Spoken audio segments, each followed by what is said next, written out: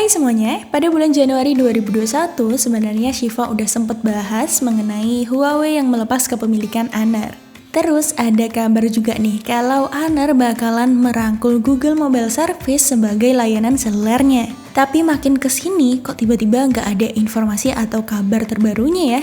Nah ternyata baru-baru ini Honor kembali menggebrak dengan memastikan kalau smartphone barunya yang bakalan dirilis sudah menggunakan Google Mobile Service.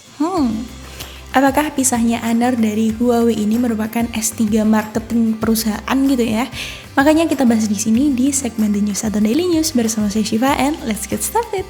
Setelah itu, kabar terkininya, mereka merilis seri ponsel terbaru nih, yakni Honor 50, Honor 50 Pro, dan Honor 50 SE. Namun, secara resminya masih 2 ponsel aja nih, yang akan segera dipasarkan, yakni Honor 50 dan Honor 50 Pro di Tiongkok. Perkenalan kedua ponsel ini telah dilakukan pada tanggal 16 Juni 2021 dan perkiraannya baru bisa dipesan pada tanggal 25 Juni. Kemudian untuk Honor 50 SE akan menyusul setelahnya. Nah, untuk jadwal ketersediaannya dan harga di pasar global masih menjadi rahasia perusahaan nih gengs. By the way, kalau di smartphone Honor V40 masih menggunakan Huawei Mobile Service sebagai layanan seluler dan Kirin sebagai dapur pacunya, tapi kali ini berbeda nih. Tentu pengumuman ini akan membuat fans berat dari Honor merasa lega, sekaligus merasa, akhirnya gitu kan ya. Kenapa begitu? Karena ketiga ponsel tersebut kembali menggunakan layanan Google Android dan menggunakan Qualcomm serta MediaTek sebagai chipsetnya.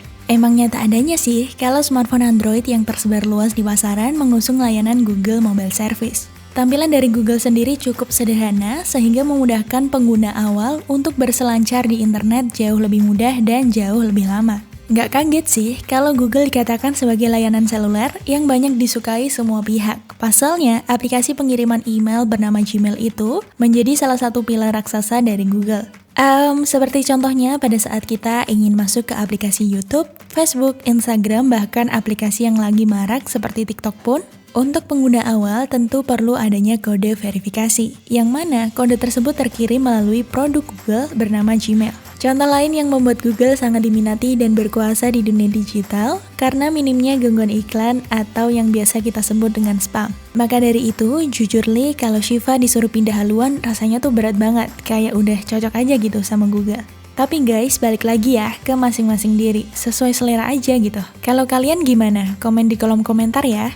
Nah, karena ternyata banyak banget respon positif dari warganet, tentu Honor tak ingin mengecewakan sehingga spesifikasinya pun dibuat mantap jiwa. Secara desainnya, mereka berdua yakni Honor 50 dan Honor 50 Pro punya finishing body mengkilap dan berwarna ciamik banget. Untuk bagian depannya juga sama-sama mengusung panel AMOLED Full HD Plus 120Hz. Masalah responsif pada layar pun telah dilibas abis berkat dukungan touch sampling rate mencapai 300Hz. Persamaan lain juga terletak pada kamera belakangnya yang memiliki resolusi kamera yang sama persis dengan kamera utama beresolusi 108MP. Perbedaan dapat kita temui pada desain kamera selfie-nya, yang mana Honor 50 mengusung punch-hole di bagian tengah dengan membawa kamera selfie 32MP. Untuk layarnya sendiri berbentang 6,57 in. Sementara pada varian Pro yang Shiva kutip dari gsmarena.com, desain kameranya berada di samping kiri dan mengusung dua kamera 12MP dan 32MP.